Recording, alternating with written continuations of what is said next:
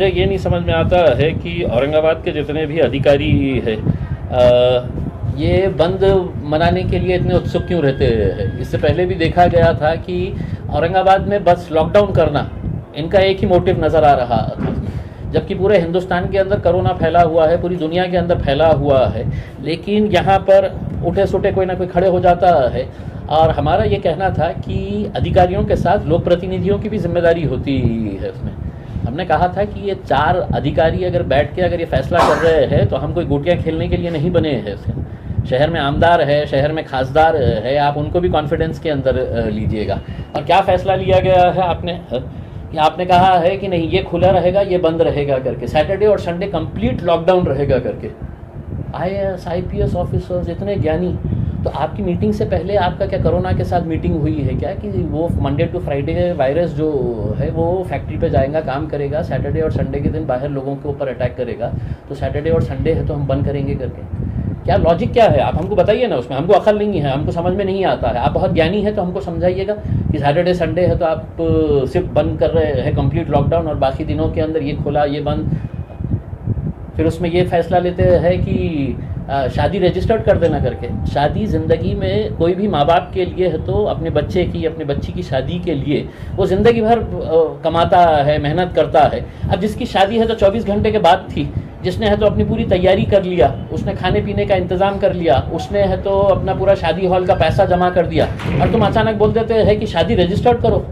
Collector साहब, आपको पता नहीं है कि रजिस्टर्ड मैरिज करने के लिए भी 1 महीने का टाइम लगता है, नोटिफिकेशन देना पड़ता है। ऐसा नहीं है कि इम्तियाज़ जलील जा रहा और बोल रहा मेरी शादी कराओ अभी और उन्हें साइन करके दे रहे हैं करके। तो हमारा ये कहना है कि थोड़ा सा आप सबको कॉन्फिडेंस में लीजिएगा। उसमें इतनी जल्दबाजी करने की ज़रूरत नहीं है आपको कि लॉकडाउन करना है। पूरे हिंदुस्तान के अंदर हम भी घूम रहे हैं, हम पूरे हिंदुस्तान के अंदर घूम रहे हैं, और लॉकडाउन करने से पहले मोदी साहब से पूछ लेना था कि साहब आपने लाखों लोगों को जमा किए हैं पश्चिम बंगाल के अंदर, वहाँ पे क्या वायरस ने है तो छुट्टी लिया हुआ है क्या? जहाँ जहाँ इलेक्शन हो रहे हैं वहाँ पर वायरस की छुट्टी, और यहाँ पे 4 अधिकारी बोल रहे हैं कि नहीं हमको लॉकडाउन करने का है करके। जब तक अच्छे डिसीजंस रहेंगे हम साथ देंगे, जब तक नहीं रहेंगे तो खुदा हाफिज़। अगर जिन लोगों ने शादी की डेट ले चुके हैं तो उनके लिए आप क्या मदद कर सकते हैं? नहीं बिल्कुल, अगर कोई अगर शादी करना चाह रहा है तो हम पूरी तरीके से निर्बंध, जैसा फैक्ट्रीज़ के अंदर, इंडस्ट्री के अंदर आपने इजाज़त दी है, क्या बोल रहे हैं कि नहीं फैक्ट्री वाले पूरी तरीके से इसको अच्छे तरीके से मेंटेन करेंगे, वही लॉजिक आप शादी खानों के अंदर कर दीजिएगा कि साहब 100 लोगों से ज़्यादा कोई नहीं आएगा या 50 लोगों से ज़्यादा नहीं आएगा करके। आप अचानक बोल रहे हैं कि नहीं रजिस्टर्ड मैरिज कर दीजिएगा करके। वाह कलेक्टर साहब, हाँ बहुत ही अच्छा आपने फैसला लिए हुए है। 1 दिन के अंदर आप कलेक्टर है, आपके अंडर में आता है मैरिज डिपार्टमेंट, 1 महीने का नोटिफिकेशन देना पड़ता है। अब जिन लोगों ने अपना शादी की पूरी तैयारी कर लिए है, वो लोग अगर आज परेशान घूम रहे हैं, हमारे पास आइए, हम मदद करेंगे उनको जैसा जिस तरह से करने का है। जो आपने कंपनीज के ऊपर निर्बंध लगाए हैं वही निर्बंध लगाइएगा 50 लोगों के ऊपर, पुलिस वाले रख दीजिएगा उसके अंदर कि कोई बगैर मास्क के अगर आया तो उसके ऊपर कार्रवाई करो, 50 से 51 हो गया है तो कार्रवाई करो करके। लेकिन ये इस तरह से बैठ के फैसले कर लेने का उसमें, और सिर्फ ये समझने का कि हम अधिकारी है हम कर लेंगे, तो बाकी लोक प्रतिनिधि कोई गोटियाँ खेलने के लिए थोड़ी बैठे हुए हैं। हम भी है तो 20 लाख लोगों का नेतृत्व करते हैं, हमको भी समझ में आता है कि क्या सही है क्या गलत है करके। सिर्फ अगर आप ये समझेंगे कि हम ज्ञानी हैं और हम बताएंगे करके, तो हमारे साथ बैठिए और हमको पहले समझाइए सैटरडे संडे का निर्णय लेने वक्त वायरस के साथ क्या क्या चर्चा हुई, वायरस ने क्या शेड्यूल दिया आपको कि मैं ये टाइम से ये टाइम पे नहीं आने वाला हूँ करके।